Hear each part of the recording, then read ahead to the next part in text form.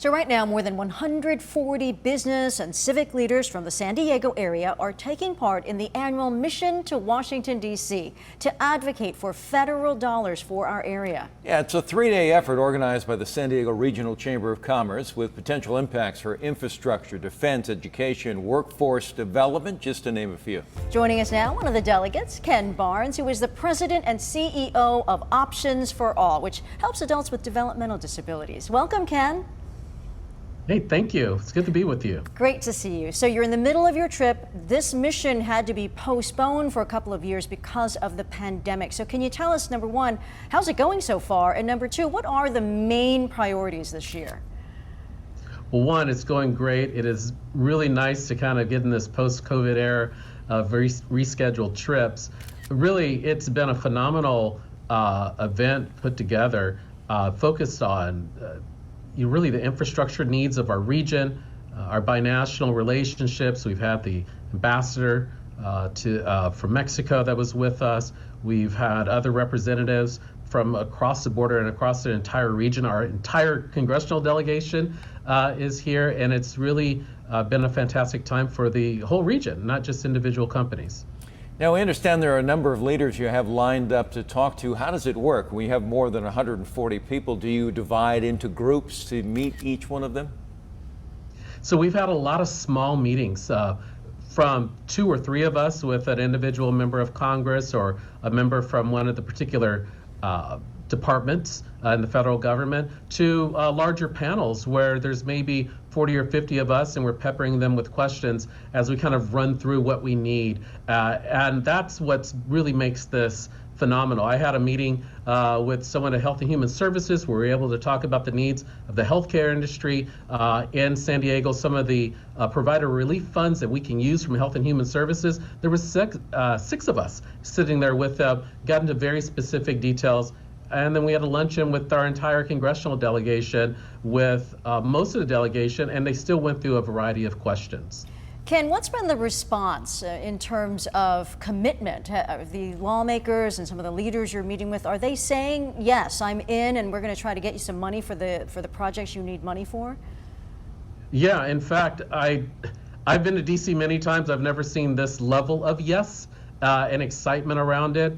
You know, what's fascinating is each one often cites the leadership that we're bringing from San Diego. We have a phenomenal mayor, and Todd Gloria and his team, Paola Vila and Rachel Lang, the way they've put together kind of, hey, let's all work together, Jerry Sanders and Jamie Bradford over at the chamber. What happens is no one's fighting in amongst us. And we are a congressional delegation.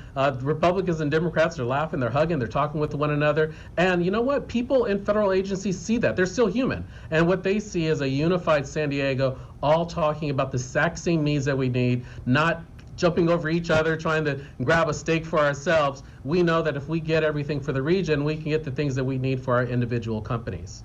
Infrastructure on that list, playing big time in the Tijuana River Valley, is an issue for people that live in the South Bay. It's been one for several decades.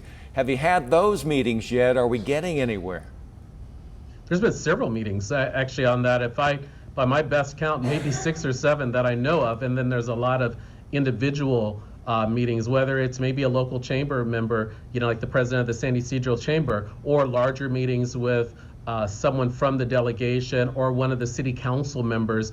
That has really been well received, and I'm optimistic about where it goes. I'm one of the people that does spend a lot of time crossing into Baja, so it means a lot to me. That's the border is also a big talk about the entire congressional delegation supporting the expansion out in Otay Mesa East.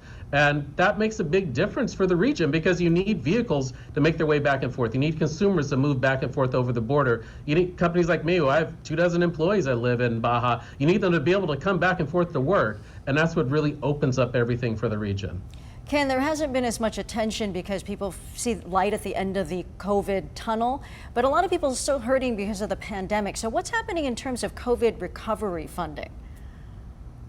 There was a lot of talk of that from Health and Human Services about what do we do as we move to an endemic away from the pandemic. I thought Congressman Darrell Issa made a very good point. He and Congressman Vargas had talked about, hey, we need to look at what do we do and what supports are needed as we continue to move forward and the reality that we have where we need to live with this and at the same time be safe and still keep advancing the ball. So there was significant talk around that. What encouraged me was that everyone on the congressional delegation was in agreement with the support. The same things we heard from Health and Human Services, even the Department of Energy and Department of Transportation talking about things that they can do in this post-COVID world. That's the part that's really reassuring, that the administration, the Biden administration in general, seems to be focused on, hey, where do we go from here?